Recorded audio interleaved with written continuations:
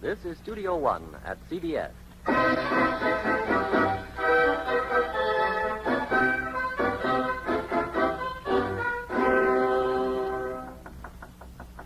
Mr. Bennett? If you please, Mr. Bennett. Mother, I don't believe Father is in the library. Jane and I saw him earlier this afternoon. He was out in the carriage. Wasn't he, Jane? Yes, we saw him, Mother. Impossible. Your father is a wonderful man, girls, but he practically never stirs from his library. I wonder if I dare open the door. Yes, I will. Mr. Bennett? Oh, he's not here. Is anything wrong, Mother? Indeed, there is, Eliza. Here it is 2 weeks since that young Mr. Bingley moved into Netherfield Park, and your father has not yet made his acquaintance. £5,000 a year. What? 5,000 a year. That's Mr. Bingley's income. And your father has still not yet prepared the way for his daughters to meet him. Mr. Bingley is single, Mamma? Yes, Jane, he is indeed. Perhaps he doesn't want to get married. Elizabeth, now what difference does that make? Oh, it's Lydia. Have you seen your father? He wasn't in Meredith, Mamma. Meredith? Mary and Kitty and I were there, and... Oh, Elizabeth, Jane, you'll never guess. A regiment of militia has come to stay in Meredith. The officers are so handsome, and such lovely uniforms. Militia? Uniforms? When my daughters marry, as they must, I prefer husbands with something more in the way of assets than simply uniforms. We can't all marry rich Mr. Bingley, Mamma. I'm afraid none of you will have the opportunity. By now, every other eligible girl in the county must have been presented.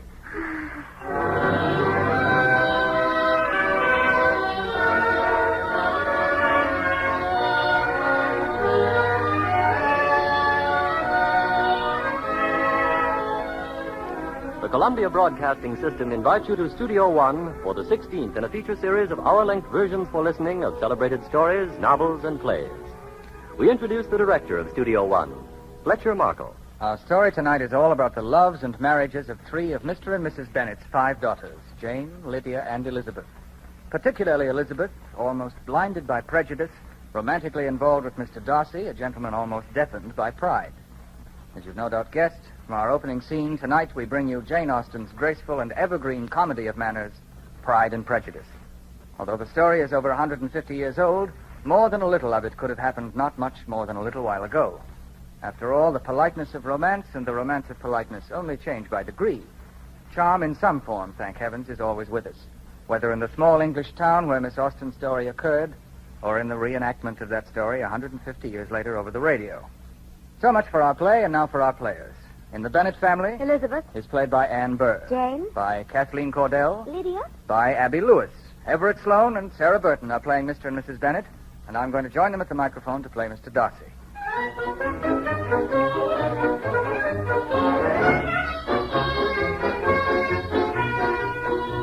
From Studio One at CBS, we present Pride and Prejudice by Jane Austen, as arranged for radio by Sheldon Stark.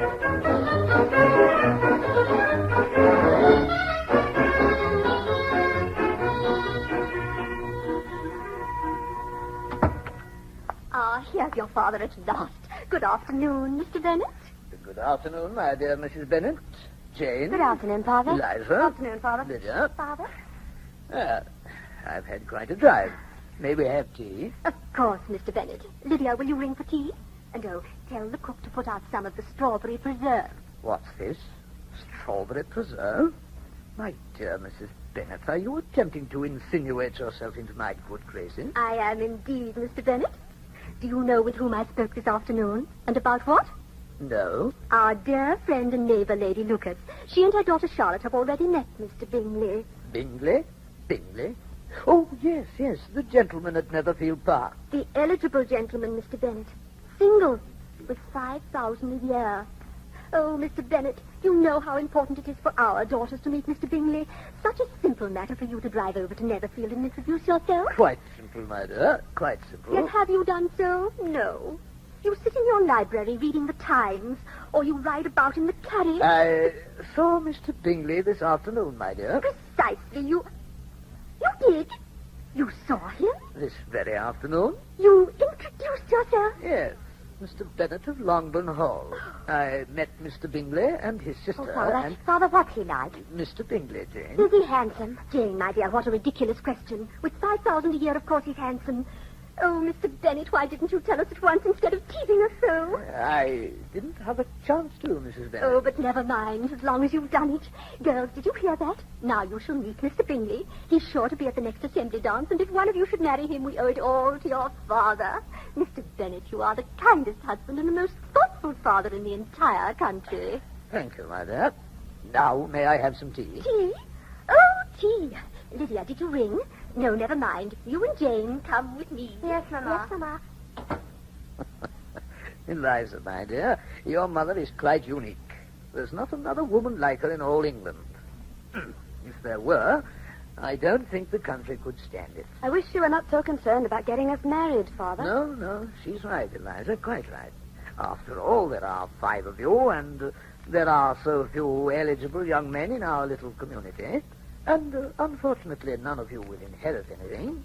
Longbourn Hall and everything in it will go to your distant cousin, William Collins, when I die. Distant indeed, since we have never met him. I believe this cousin of yours is a solicitor for some extremely wealthy gentlewoman named Lady de Burr, I think. Yes, Lady de Burr. Collins has written to me once or twice. He manages her business affairs. Oh, that's odd. Odd? Yes, this afternoon at Netherfield, I was introduced to a Mr. Darcy, a friend of Mr. Bingley's. I think somebody mentioned Darcy as a nephew to Lady de Burr. Is he staying at Netherfield? Yes. Bingley thinks very highly of him. I suppose I must tell your mother about Mr. Darcy. He's single, too, and twice as wealthy, £10,000 a year. And with 5 beautiful daughters to choose from, how can he possibly look anywhere else? Tea is ready, Mr. Bennett. Oh, thank you, my dear.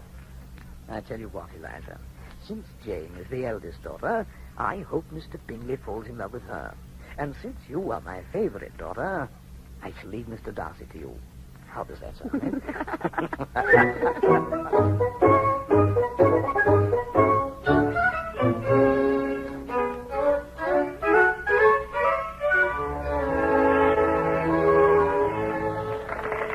Oh, Eliza, this is the most delightful day. I know Mama considers them a waste of time because they're poor, but the militia officers do dance beautifully, and they are handsome. Don't you agree, Jane? I think Mr. Bingley is even more handsome. That's because he danced with Jane, Lydia. Only once, Elizabeth, no more than with anyone else. But don't you think he's handsome? More than that, Jane, dear. He's very agreeable. Not at all like his friend, Mr. Darcy. Poor Mr. Darcy. He's not dancing. He's hardly even speaking to anyone. Or perhaps he's too shy. Or too proud, Jane. I think he considers a country dance something to tolerate instead of enjoy. I beg your pardon, Miss Bennett. I quite agree with you. Lieutenant Wickham, you should not have listened. I couldn't help overhearing, Miss Elizabeth. Do you know Mr. Darcy, Mr. Wickham? I've known him for years, Miss Lydia. In fact, were it not for Mr. Darcy, I would now have an excellent living instead of being only a poor lieutenant of militia. But what can Mr. Darcy have to do with it, Mr. Wickham? Miss Elizabeth, Mr. Darcy's late father was my godparent. He'd promised me a certain inheritance. But when he died, Mr. Darcy refused to honor his father's promise. Refused to honor a promise. Mr. Wickham. Yes, I know. It doesn't sound like a gentleman, does it? I really shouldn't gossip this way. If it concerns yourself, Mr. Wickham, I'd hardly call it gossip. No, but still, perhaps we can discuss it more later on. Mr. Dear, do we have this next dance? I believe we do, Mr. Wickham. Then if you'll take my arm, your servant, lady. Eliza, Yes, Jane. do you think it was proper of Mr. Wickham to speak that way? About Mr. Darcy? Why not, if it's true? It certainly must be, otherwise Mr. Wickham would not have said it. But Mr. Darcy's a friend of Mr. Bingley. And that means he can do no wrong, Jane. Eliza, they're coming this way. Look. There they are. Jane, dear, you're blushing. Oh, dear. Jane, Miss Elizabeth. Mr. Bingley? Bingley? You've met my friend, Mr. Darcy. Your servant, ladies. Bingley tells me he's enjoying your assembly dance very much. And you are not Mr. Darcy? Oh, yes. Yes, quite entertaining. Not up to London, of course. Your enthusiasm is overwhelming, Mr. Darcy. Oh? Well, forgive me for speaking so honestly. I see. You believe in honesty? I always have, Miss Elizabeth. How interesting. I'm afraid I don't understand. Perhaps you will when I tell you that we have just been talking to an acquaintance of yours, Mr. Wickham. Wickham? Or perhaps your father was more concerned about him than you are, Mr. Darcy. If you don't mind, Miss Bennett, I'd prefer not to discuss Mr. Wickham at all. Oh, Miss Jane, Yes, Mr. Bingley. I've come over to ask you, is your next dance taken? My next... Why, no, Mr. Bingley. Then may I have the pleasure? You may, Mr. Bingley. Allow me, Miss Jane. Are you settled in Netherfield, Mr. Bingley? Yes. Perhaps you can pay us a visit there one day. You're smiling, Mr. Darcy. Do you find us so amusing after London? Amusing, Miss Elizabeth? You have hardly spoken to anyone. Well, I'm speaking to you. Would you care to dance, Miss Bennet? Thank you, Mr. Darcy. But since you have danced with no one all evening, I see no reason for you to change your mind now. Good night.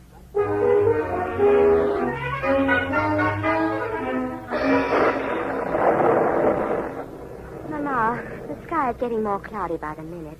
Don't you think I should go to Netherfield by carriage instead of by horse? Nonsense, Jane. The horse is all saddled and ready. Now do hurry.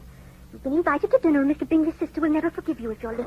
But it is going to rain, Mama. If Jane gets caught, she'll be soaked through. She may come down with a cold. Oh, Eliza, of course she may. What? Mama, you sound as if you want her to. Frankly, Eliza, I do. Then she'll have to stay at Netherfield for a few days, and that will give Mr. Bingley more opportunities to see her.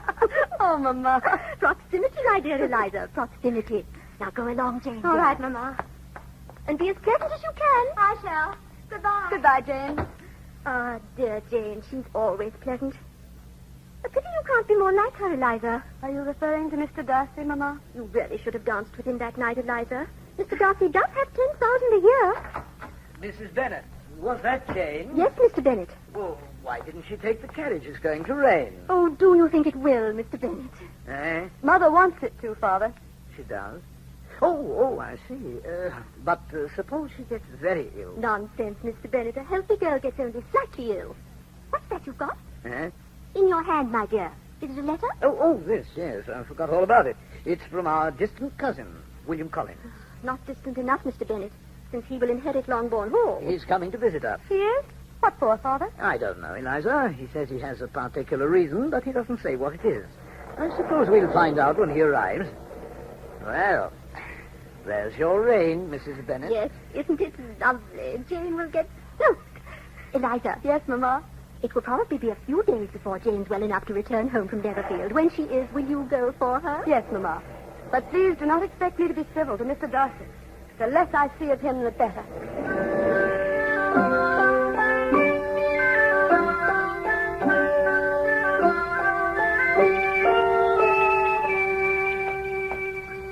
Here is the carriage, Jane. Miss Jane, are you certain you're feeling well enough to return home? Oh, yes, Mr. Bingley. I've already imposed too long on you and your sister. Oh, not at all. It's been very pleasant. Hasn't it, Darcy? Eh? Oh, yes, Bingley. Yes, indeed. Let me help you into the carriage, Miss Jane. Oh, thanks. This way. Your sister's quite charming, Miss Elizabeth. I have known that longer than you, Mr. Darcy. I'm sure you have. And Mr. Bingley's been quite attentive. Mr. Darcy, don't you think that is their own affair? Oh, please, Miss Elizabeth. Is there no way you and I can talk without being at sword's point? You know, I have an admission to make. About what, Mr. Darcy? About you. I think you're quite as charming as your sister. Perhaps the next time you will dance with me. Perhaps. But now you'll have to excuse us, Mr. Darcy. Here, Elizabeth, let me help you up. I can manage, thank you. Goodbye, Miss Elizabeth. Miss Jane. Goodbye, Mr. Bingley. Goodbye, Mr. Bingley. And goodbye to you, Mr. Darcy. Goodbye. Goodbye. Beautiful girl, Darcy. Yes, both of them. So gentle, so courteous and kind. Here, Bingley, don't tell me you're in love with her. Well, As if you are, you're making a mistake. why, what do you mean? The girl doesn't love you. She doesn't? Oh, I admit she may act that way, but I'm sure she doesn't. I think she's simply following her mother's orders. Oh, no. You do? Oh, look at it sensibly, Bingley. You've got 5,000 a year, and what of the Bennets? 2,000. And even that won't stay with the children. No, Mrs. Bennet is trying to make a match, Bingley. Well, what of it most mothers do? You never meet people like that in London, do you? Think it over, Bingley, before it becomes too serious.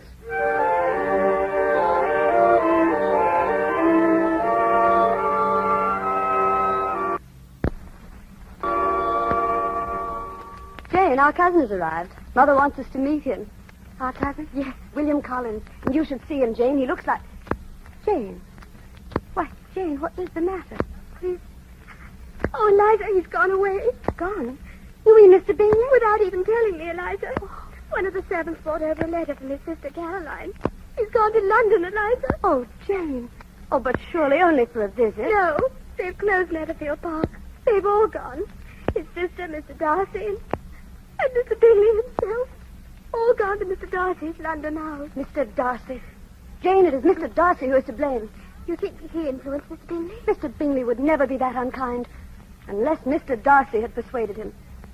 Still, it is only for the winter, Jane. Yes, I know, Eliza, but if he should forget me, if he should meet someone else... Oh, Eliza, I can't help thinking it may be forever. Oh, now, Jane. Please, dear, don't cry. And there is our cousin, Mr. Collins. He's down in the library now. They're waiting for us.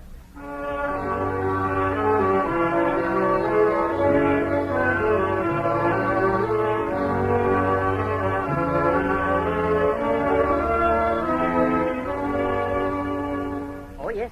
Yes, indeed, to be sure, Mr. Bennet. My employer, Lady Catherine de Bourgh, is a descendant of one of the finest families in all England. And tremendously wealthy, of course. Of course, Mr. Collins. Her country estate in Hunsford, you know, the estate of Rosings. Beautiful. And huge, really. Quite tremendous. Why, you could take Longbourn Hall and put it in a corner of Rosings and never notice it. No offense to Longbourn Hall, of course. Of course. Especially since, after your demise, my dear Mr. Bennet, Longbourn Hall shall pass on to me. So I meant no offense at all. Simply a comparison. Which brings me to my reason for paying you this visit. Of course. Yes, your visit. We're delighted to have you here, Mr. Collins. Yes, thank you, Mrs. Bennet. Yes, I flatter myself that my small connection with Lady Catherine de Bourgh gives me entree into the most exclusive homes. Why, I even have dinner with Lady de Bourgh once a week. You do, Mr. Collins? Regularly. And tea twice weekly.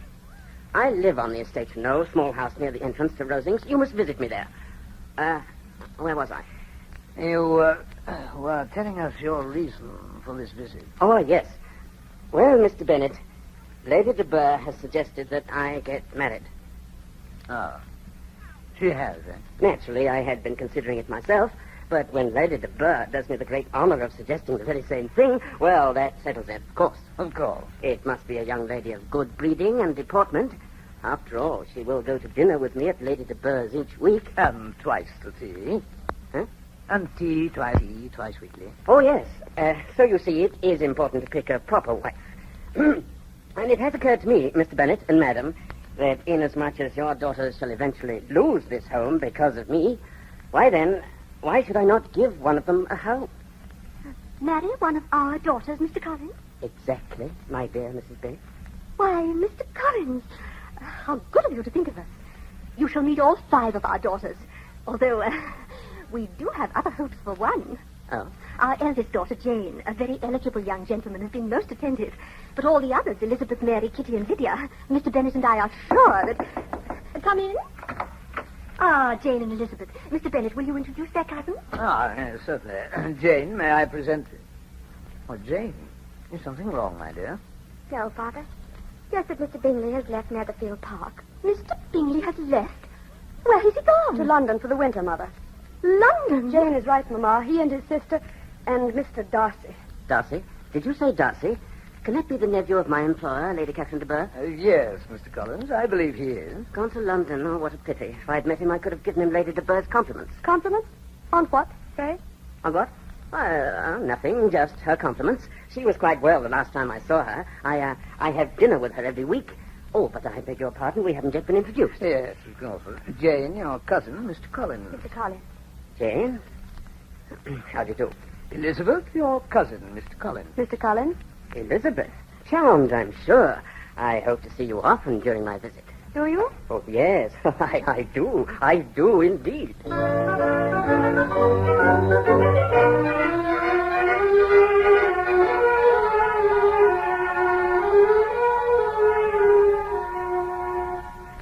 Jane, my dear, try to be more careful with your knitting. You've dropped another stitch there, you know. Oh, I'm sorry, Mamma. I was thinking. Have you heard from London at all, Jane? No, Eliza, not at all. How do you think I shall? Oh, nonsense, Jane. I'm sure Mr. Bingley means to write. Probably just too busy. Eliza, why don't you go out into the conservatory and talk to your cousin, Mr. Collins? He's leaving in a few days, you know. I will, Mamma. As soon as I finish my knitting. Well, you're almost done. No, I'm just beginning. Oh, I see. Oh, dear. I've dropped another stitch. Mamma, why can't Jane go to London? Oh, Eliza, no. Why not, Jane? It doesn't do a bit of good to sit here and do nothing. We have relatives in London. You could visit them. But they don't move in the same circles as Mr. Bingley. But you still might see him. Yes, I suppose I might. Why not, Mother? A visit to London? Why, yes, that's an excellent idea. I'm glad you thought of it, Eliza. I'll arrange it immediately. And when you get to London, Jane, you're certain to resume with Mr. Bingley. Well, perhaps he isn't anxious to see me. Fiddlesticks. After being so pleasant to you here in the county, of course he'll want to. And when he does, I'm sure everything will be as right as rain. Yes, Jane, to London for the winter.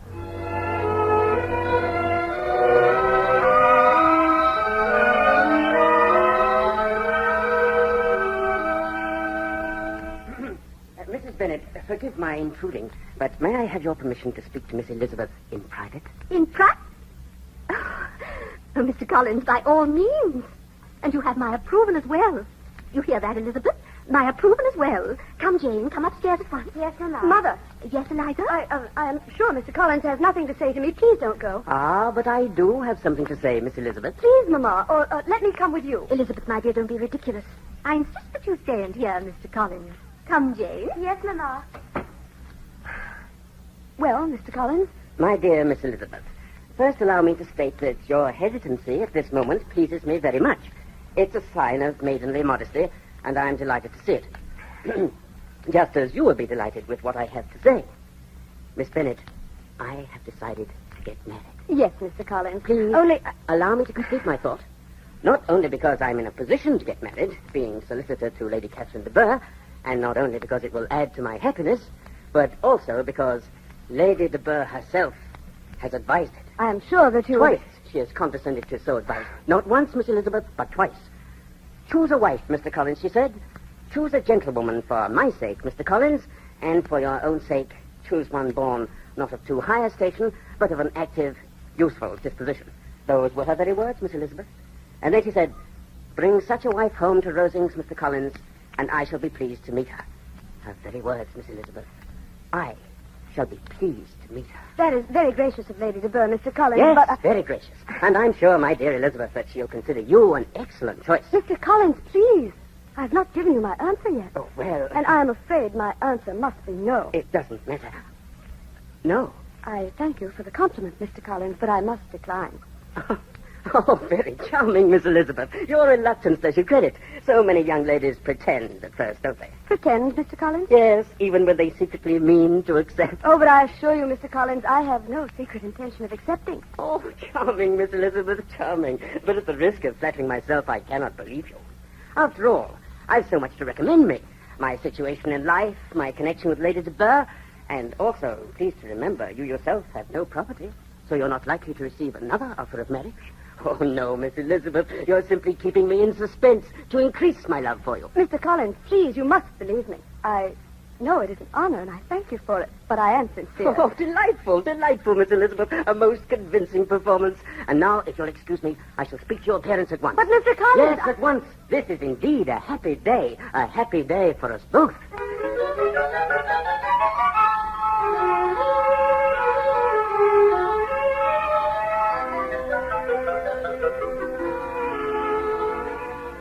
I see, Mr. Collins. And you have already spoken to Elizabeth? Yes, Mr. Bennet. She pretends to refuse me. Maidenly modesty, you know. Mr. Bennet, we must talk to her. Yes. Mr. Collins, could you send Elizabeth to us alone, please? At once, Mr. Bennet, at once.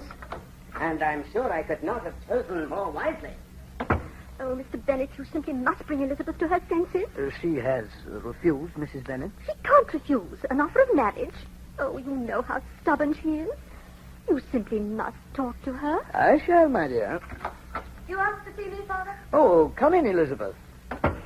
My dear, I understand that Mr. Collins has asked you to marry him. Yes, Father. And you have refused? Yes, Father, I have. Your mother insists that you accept. Eliza, you must. You must, or I shall never speak to you again. Well, there you are, Eliza. If you refuse, your mother will never speak to you again. But, on the other hand, if you accept, I shall never speak to you again. What? What's that, Mr. Bennet? You heard me, my dear. But do you mean you don't want her to be married? To Mr. Collins? Never. Oh, Father. Father, I never shall. Oh, but this is unheard of. Mr. Bennet, you promised me you would insist. I am, my dear. I'm insisting that Eliza refuse. Let her find a husband somewhere else. Somewhere else? Where else can she find one? I'd like to know. I have no idea. But wherever it is, no one can possibly be worse than Mr. Collins. And as for Mr. Collins himself, he can marry anyone, as long as he's not one of my daughters. Now, let's talk of something else. Oh, what else is there to talk about? Well, there's Jane. Jane? Yes. Is she going to London or not? Yes. Yes, Mr. Bennet. She is. Well, I'm sure that will prove to be a most interesting move. Oh, yes, indeed.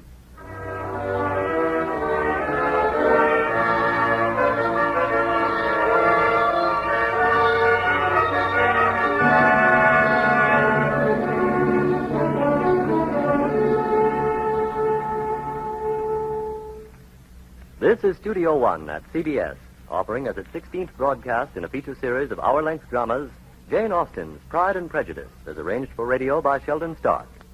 The story will resume after a brief pause for station identification. This is CBS, the Columbia Broadcasting System.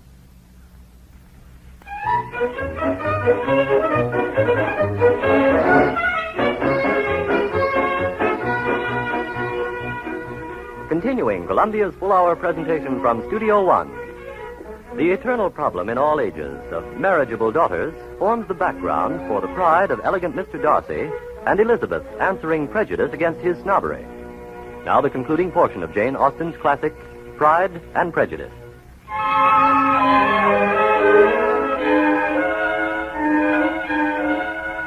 Dearest Sister Jane, since you went to London, our dear cousin, Mr. Collins, has also left.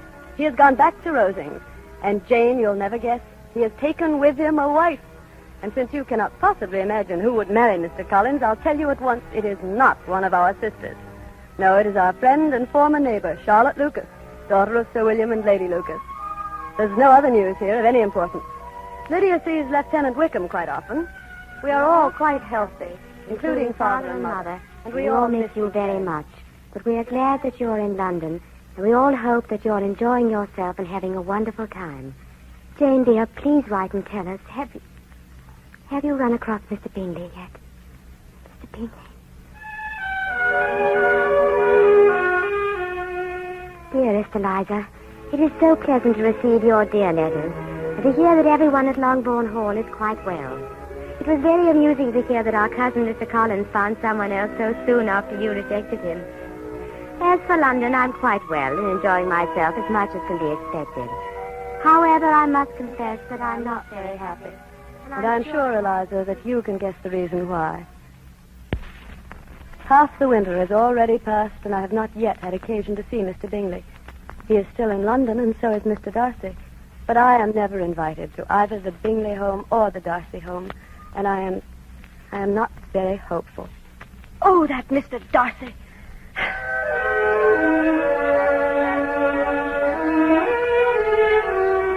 Dearest Sister Jane, I am writing this letter to you not from Longbourn Hall, but from Rosings, the estate of Lady Catherine de Bourgh. Yes, as you suppose, Mr. Collins and Charlotte invited me, and I have accepted their invitation.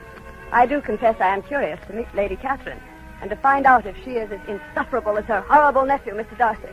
I shall meet her this afternoon. Mr. Collins and Charlotte and I have been invited to tea.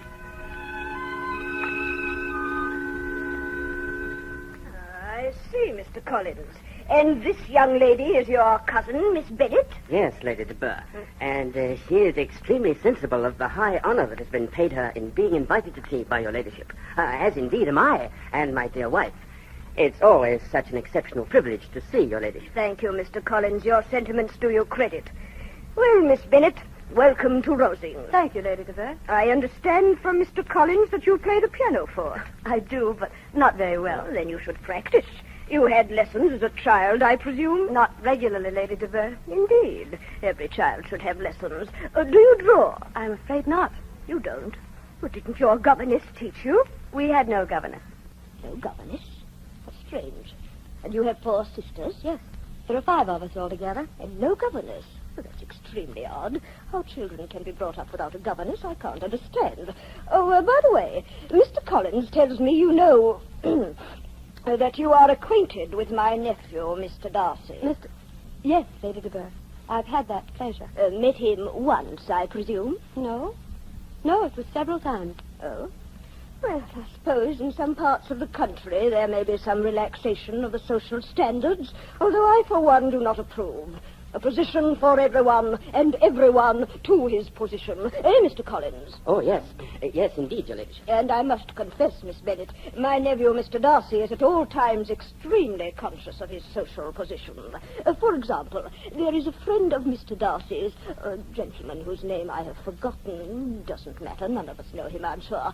At any rate, this gentleman developed an attachment for a young lady who was far below his social level. I see, Lady de Bourgh. And what did Mr. Darcy do? It was in the country, Miss Bennet. Mr. Darcy persuaded his friend to leave the country and return to London, thus eliminating any further danger. Mr. Darcy must be very proud of himself. Oh, yes. My nephew is the model of what a true gentleman should be. You have seen him lately, Lady de Burgh? No, although he does visit Rosings occasionally at this time of year in the spring. Mr. Collins. Yes, your ladyship. I'd like my tea. Please ring for it now. Oh, yes. Yes, indeed, your ladyship. Miss Bennet, will you play something for us? Oh, I'm very sorry, your ladyship. I'm quite out of practice. Oh? Then may I suggest during your stay at Rosings you do some practicing? There is no piano in Mr. Collins' house, your ladyship. No, you are at liberty to come here. Not in this part of the house, of course. There's another piano in the green room. It won't disturb me in the slightest. Thank you very much, Lady de Burgh. But if you do not mind, I would much prefer to go walking around the estate. Rosings is so beautiful, and I would never dream of disturbing you.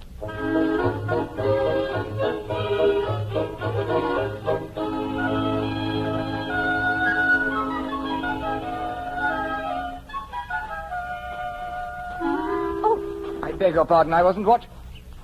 Miss Bennet. Mr. Darcy, What are you doing here? Of course. You're visiting your cousin, Mr. Collins. And you are visiting your aunt. Yes, Lady de Burgh. Yes. And how is London, Mr. Darcy? London? Yes. Oh, London is... London. And your friend, Mr. Bingley? Mr. Bingley? Oh, Bingley's well, very well. So, you're here at Rosings, Miss Elizabeth. I've not seen you in quite some time. No, Mr. Darcy. Not since last summer. Yes. Bingley and I left in rather a hurry. We didn't stop over to say goodbye, did we? It was rather sudden, I know. It seemed especially sudden to my sister, Jane. Oh, Jane? Oh, yes. She has been in London for the winter, but I'm sure she has not seen you or Mr. Bingley. Oh, no, I don't think she has. Miss Elizabeth, may I say that you're looking very well. In fact, very attractive indeed. Thank you, Mr. Darcy, but you need not. Need not what? Need not say it. But why shouldn't I? Especially when it's true. May I walk with you, Miss Elizabeth? Thank you, Mr. Darcy, but I have finished my walk. Oh, you have? If you'll excuse me, I'm going back to Mr. Collins' home. Of course. But I will see you again. I suppose you will, Mr. Darcy. Since this is your aunt's estate and I am a guest, I do not see how I can possibly avoid you.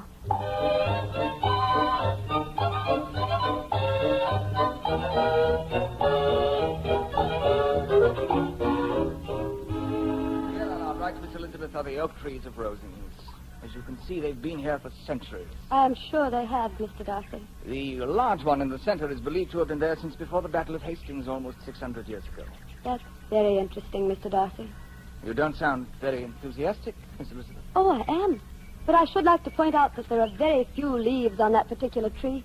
I'm afraid I don't understand. You have some other meaning? Simply that because a thing is old and well established, that does not mean it is any better. I still do not understand. Then let me put it more directly, Mr. Darcy. Your family is old and well established, but I consider those things less important than character and honesty. There is such a thing as too much pride of family, Mr. Darcy. Oh, I see. Well, for that matter, Miss Elizabeth, I would call you prejudiced. Prejudiced? About what, Mr. Darcy? About me, perhaps? Well, I must admit, Mr. Darcy, that anyone For who would... example, that story Mr. Wickham told you. Mr. Wickham? Yes, that I cheated him out of his just inheritance. Oh, yes. Actually, I was thinking of something else. You were? About what, Miss Elizabeth? About... But never mind. So Mr. Wickham's story is untrue. Your father did not mention him? My father was very fond of Mr. Wickham. Unfortunately, Wickham was a scoundrel. Indeed? He was, Miss Elizabeth, and still is. While my father was alive, I did nothing about it because of his regard for Wickham.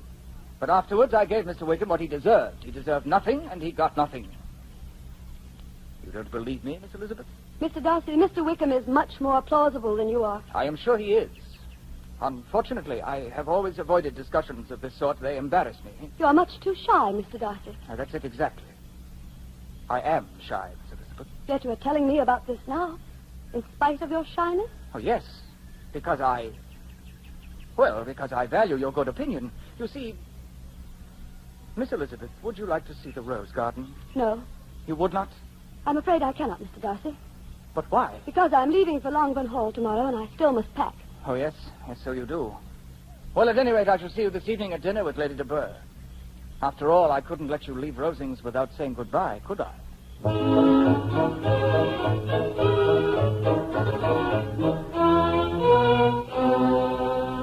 What? What's that, Cousin Elizabeth? Did I hear you correctly? You're not coming to dinner? No, Mr. Collins.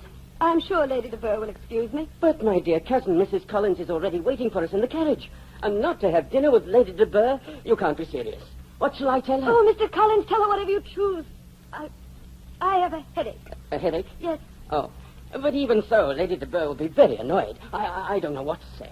After she's been so kind and generous to us. Elizabeth, you simply must come. Mr. Collins, please. I beg your pardon, but frankly, I'm not going because I prefer not to see Mr. Darcy. Eh? What's that? I have seen too much of that gentleman already. You saw Mr. Darcy again this afternoon? Yes. Dear me. Quite often. It amuses you, Mr. Collins? No. It simply reminds me of what my wife said this morning. She said Mr. Darcy has been seeing you so often. He must be in love with you. You consider that ridiculous? Of course it is. Mrs. Collins is just being romantic. Mr. Darcy in love with you? Why, of course it's ridiculous. Absolutely. But this dinner at her ladyship's, why should Mr. Darcy's presence interfere? Because of what he has done to my sister, Jane. Jane? Yes, Jane and Mr. Bingley. Oh, but you know very little of that, Mr. Collins. Please, you and Mrs. Collins go ahead. I shall stay here. Very well, Elizabeth, if you insist. But her ladyship won't like it. She won't like it at all.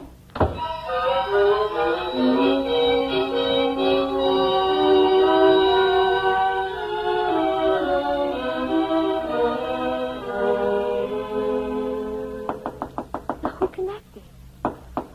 Just when I wish to be alone. Miss Elizabeth? Oh, Mr. Darcy. Everyone has gone to dinner. Except for you, Miss Elizabeth. May I come in? If you wish. May I sit down? If you wish. May I speak?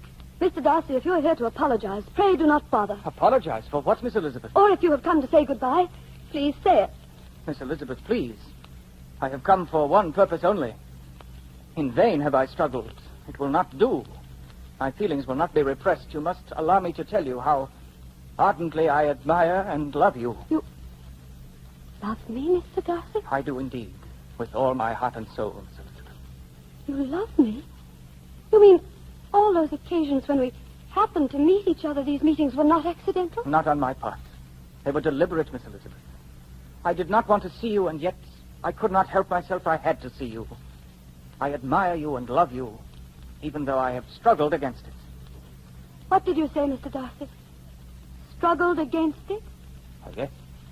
After all, Miss Elizabeth, there's a very large difference between our social positions. Oh. Ever since I first met you, I've been attracted to you, but always I would remind myself that I am a Darcy. I would remind myself that a Darcy cannot marry beneath his station, that in choosing a wife... Miss Elizabeth, why are you staring at me? Mr. Darcy, will you please go this moment? Go, Miss Elizabeth? I'm grateful for your offer, but I cannot allow you to forget that you are a Darcy. But I do not understand. I'm sorry I cannot marry you, Mr. Darcy, but you will still have your pride. That is much more important, I'm sure. Miss Elizabeth, you mean you refuse me? I do indeed. For a moment, I thought you came here to apologize for the wrong you had done to my sister. Wrong? What wrong? I've done no wrong. You took Mr. Bingley to London. You took him away from Jane, even though she loved him. Oh, come now, Miss Elizabeth. Your sister in love? Very much in love, Mr. Darcy. If she was, I assure you she concealed it admirably. Mr. Darcy, my sister Jane is not very demonstrative. She is quiet and restrained. But simply because she does not display her emotions does not mean that she has none. She loved Mr. Bingley with all her heart, and she still does. Miss Elizabeth, I had no idea. Please, Mr. Darcy, I don't want any explanations. I hope that someday Jane will forget about Mr. Bingley. As for what has happened here, I would never marry a man like you in any case. And since I'm leaving tomorrow, it will be a simple matter for you to forget me and remember only your pride in your family. Goodbye, Mr. Darcy.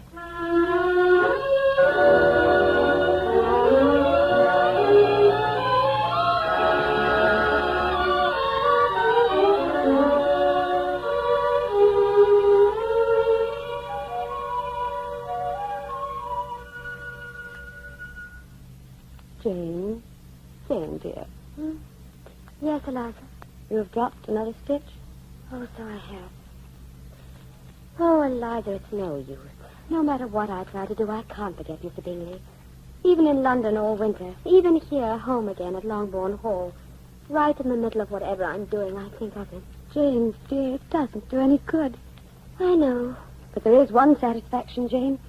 I told Mr. Darcy exactly what I thought of him. I think you should have married Mr. Darcy, Eliza. Married him? You cannot be serious, Jane. Well, he did explain his reasons for influencing Mr. Bingley against me. After all, he did what he thought was best. Nonsense, Jane. Please don't make excuses for the man. Lydia? Jane, Elizabeth, have you seen Lydia? No, Mama. Perhaps she's out in the garden with Mary and Kitty. No, she's not. I don't know where she can be. Oh, Lydia! Lydia! Jane, dear, please try to forget Mr. Bingley. Go on with your knitting. I'll go on, Eliza. But I'm sure I shall never forget. Eliza, was someone calling me? What is it, Father? I thought I heard your mother. What's she calling? She's searching for Lydia, Father. Oh, what's your sister done now? I do not know, sir. Oh, well, whatever it is, your mother is sure to find out. How are you, Jane? I'm all right, Father. Now, my dear. Things are seldom as bad as they seem. Now. Mr. Bennet! Oh, Mr. Bennet! Good heavens, now what? Mr. Bennet! Oh, Mr. Bennet! Oh, Madam, Mr. Bennet. control yourself. But it's Lydia on her pillow. A note. Gone. Oh, how could she, without a word? Mrs. Bennet, if you please. Madam, what are you talking about? Our daughter Lydia, Mr. Bennet. She left this note on her pillow. She's run off with Lieutenant Wickham. What? She has run off with Lieutenant Wickham. Oh, Mr. Bennet, suppose they're not married. Eliza, send for my carriage at once. I'll go after them. And they'd better be married.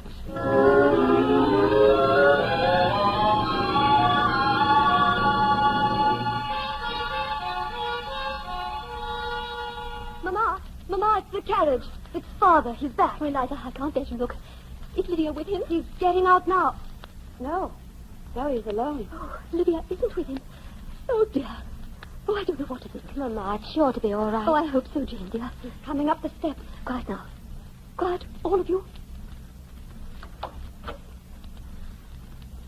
Well, Mr. Bennet. Good afternoon, Mrs. Bennet. Children. Good afternoon, Father. Girls, hush. Well, Mr. Bennet. Well, what, my dear? Oh, please. Please don't be exasperating. You know. Lydia and Lieutenant Wickham. Mr. Bennet. If they've been disgraced, I couldn't stand it. Please. Are they or are they not? I followed them to London, Mrs. Bennet. I met Mr. Darcy there, and he was very helpful. Mr. Darcy, Father? What could he do? Quite a good deal, Eliza. In fact, if it were not for Mr. Oh, Darcy... good heavens, never mind, Mr. Darcy. Whatever it is, Eliza, ask your father about it later. Mr. Bennet, are they married or are they not? Mrs. Bennet, they are married. Ah.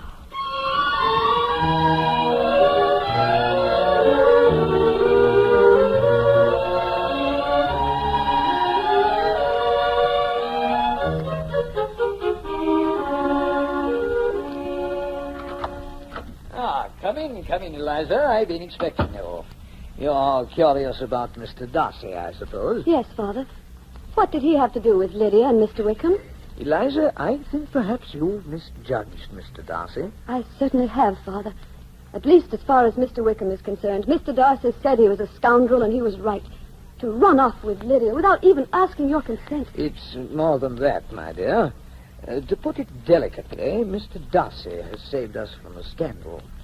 If it had not been for him, I fear I might have been too late. Too late, Father?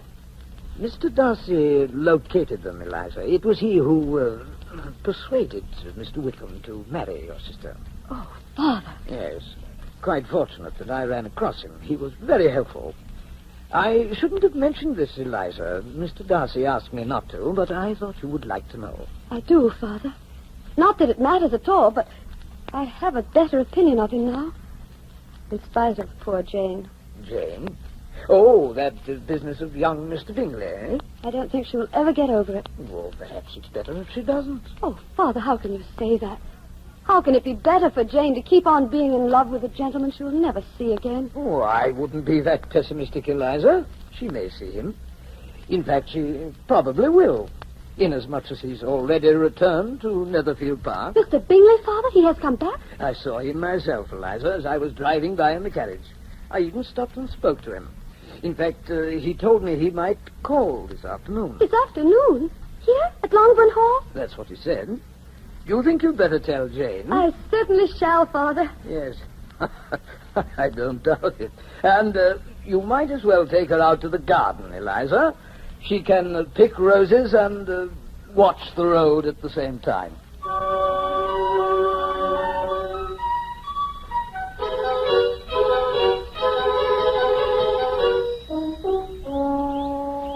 Here, Eliza. Another rose. Jane, dear, there's no flower on this one. It's just a stem. Oh, I know. I can't watch the road and the flowers at the same time. Jane, just watch the road. Oh, Eliza, I'm so nervous. Is Father sure Mr. Bingley said this afternoon? Jane, I hear a carriage. So do I. The hedge is so tall I can't see over it. It's turning in. Jane, it is turning in. Eliza, it's not Mr. Bingley at all. It's Mr. Collins. Yes. And a woman. It's Lady de Burgh. Lady de Burgh? Yes. You mean Mr. Darcy's aunt? Yes, I cannot imagine what she wants. Miss Bennet, if you please. Come, Jane. She sounds as disagreeable as she looks, Eliza. She is. Good afternoon, Lady de Burgh. Good afternoon, Miss Bennet. May I present my sister, Jane? Delighted, I'm sure. Mr. Collins? What? Oh, yes, of course, Your Ladyship. Cousin Jane, Lady de Burgh wishes to speak with Cousin Elizabeth privately. Oh, I see. Shall I inform Mother and Father that Lady de You Burgh... will inform them of nothing, young lady. This is not a social call. Simply retire to the end of the garden. Pick flowers. I already have. Well, then pick some more. Pray leave us alone with your sister. Please leave us, Jane. Very well, Eliza. Lady de Burgh. Proceed, Mr. Collins. Cousin Elizabeth, Lady de Burgh wishes to inform you that she is extremely upset concerning a certain state of affairs between you and her nephew, Mr. Darcy. A certain state of affairs? To put it plainly, Lady de Burgh is disturbed. Disturbed? Very disturbed. In short, Cousin Elizabeth, to put it delicately, and naturally I quite agree with her ladyship that such a thing is impossible. After all, as her ladyship says, a position for everyone and everyone to his position. Well, to put it delicately... Mr. Collins, get to the point. Yes, Your Ladyship. Cousin Elizabeth, you simply cannot marry Mr. Darcy. Marry Mr. Darcy? I had no intention of it. My dear Miss Bennet, please. Lady de Burgh, surely you must have some other errand than this. Collins, please to explain. Well... No, never mind. I'll do it myself. Miss Bennet, you may look as innocent as you choose, but you cannot deceive me.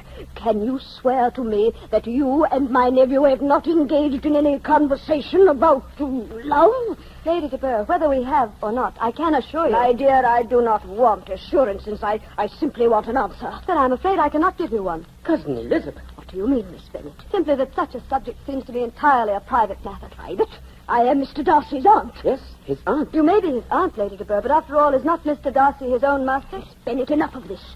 All I want is a promise to say no should Mr. Darcy ask your hand in marriage. Perhaps I already have. Are you implying that Mr. Darcy has already proposed to you? That's nonsense. But if he should, Miss Bennet, I insist that you refuse him. There is too much difference in your social positions. Now, do you understand? Yes, I understand quite clearly, Lady de Burgh. Good. But unfortunately, I can promise you nothing, because if I may say so, I resent your manner of speaking very much. Cousin Elizabeth, for shame. That will do, Mr. Collins. So, Miss Bennet, I have wasted my time, eh? I'm afraid you have. But you have very little to worry about. If there is one thing of which I am positive, it is that Mr. Darcy will never ask to marry me. Not anymore. Come, Mr. Collins. Goodbye, Miss Bennet.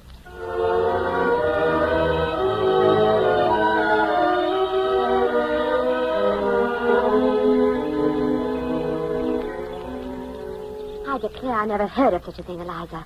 Lady de Burgh may be well brought up, but she certainly didn't act well bred. Please, Jane. She is gone, and let's talk no more about it. I'm only sorry that I lost my temper. Eliza? Yes, Jane? Tell me, did you mean what you said? Are you really so positive that Mr. Darcy won't ask you again? Of course he won't, Jane. Now, please forget it and... Oh, Jane, look. Look, a cloud of dust down the road. Do you hear, Jane? It sounds like horses. It is horses, Eliza. Coming this way. Look. Isn't that Mr. Bingley? Yes, it is Mr. Bingley. And There's someone with him. Yes. And Eliza, I think it's Mr. Darcy. Yes, Jane. It is Mr. Darcy.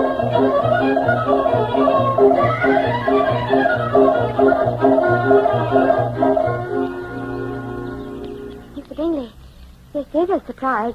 We haven't seen you since last summer. Oh, yes, Miss Jane. Since last summer. You've returned to Netherfield? Miss Jane, I should have returned long ago. Don't you agree, Darcy? Yes, quite Bingley, I agree entirely. And I'm sure Miss Elizabeth agrees as well. I do indeed, Mr. Darcy. Miss Jane, Yes, Mr. Bingley. but I wonder if... Well, is your father at home? Yes, he is. Then may I... Well, that is... Have I your permission to speak to him? Oh, Mr. Bingley, of course you have my permission. Well, then, if your sister and Mr. Darcy will excuse us... Of course, Bingley. We do excuse you, Mr. Bingley. Mr. Bennet is in the library now. Miss Jane, can you direct me to your father's library? Oh, yes, Mr. Bingley. Yes, I'll be glad to. Miss Elizabeth, I owe you an apology. They are in love. Very much in love. One look at the two of them together proves that, doesn't it? Yes, Mr. Darcy. And I owe you an apology for what I said to you before I left Rosings. Miss Elizabeth, I deserved every word of it. Every word. You were right. I have paid too much attention to pride and to family. I thought about it after you left, Miss Elizabeth. That's why I went to London and saw Mr. Bingley and... You need not stop, Mr. Darcy. I've already guessed that it was you who persuaded Mr. Bingley to return to Netherfield. I wanted to make amends, Miss Elizabeth. You have, Mr. Darcy. Not only with Jane and Mr. Bingley, but I understand with my sister Lydia also. Oh? You know about that? Yes. I see. Please do not be upset because I found out, Mr. Darcy. It has changed my opinion of you completely. It has, Miss Elizabeth? You now think more highly of me? Yes, Mr. Darcy. If I am prejudiced now, I assure you it is in your favor. You do, Miss Elizabeth? Well, in that event, Miss Elizabeth, I am a changed man. But in one respect, I have not changed at all. I love you, Miss Elizabeth. I love you very much. Have I your permission to speak to your father? Mr. Darcy, you have my permission. Half an hour ago, I was not sure, but now I am. Mr. Darcy, at the risk of sounding improper, may I say that I should like nothing better than to marry you and be your wife. May I kiss you, Miss Elizabeth? You may, Mr. Darcy. You may indeed.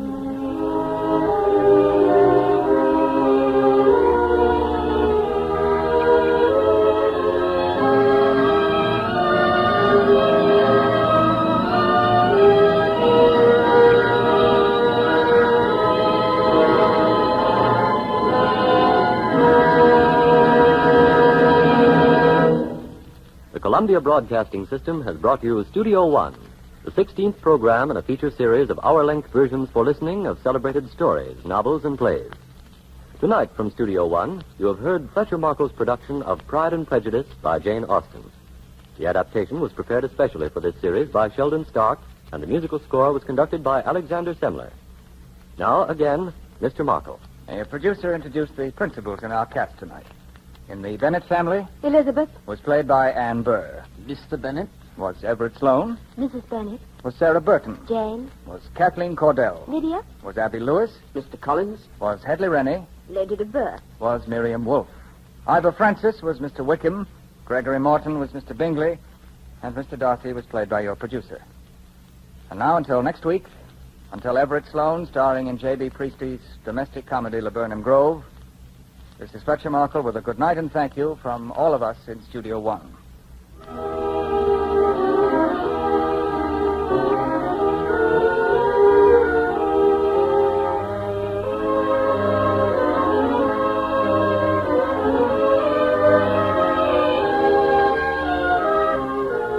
This is CBS, the Columbia Broadcasting System.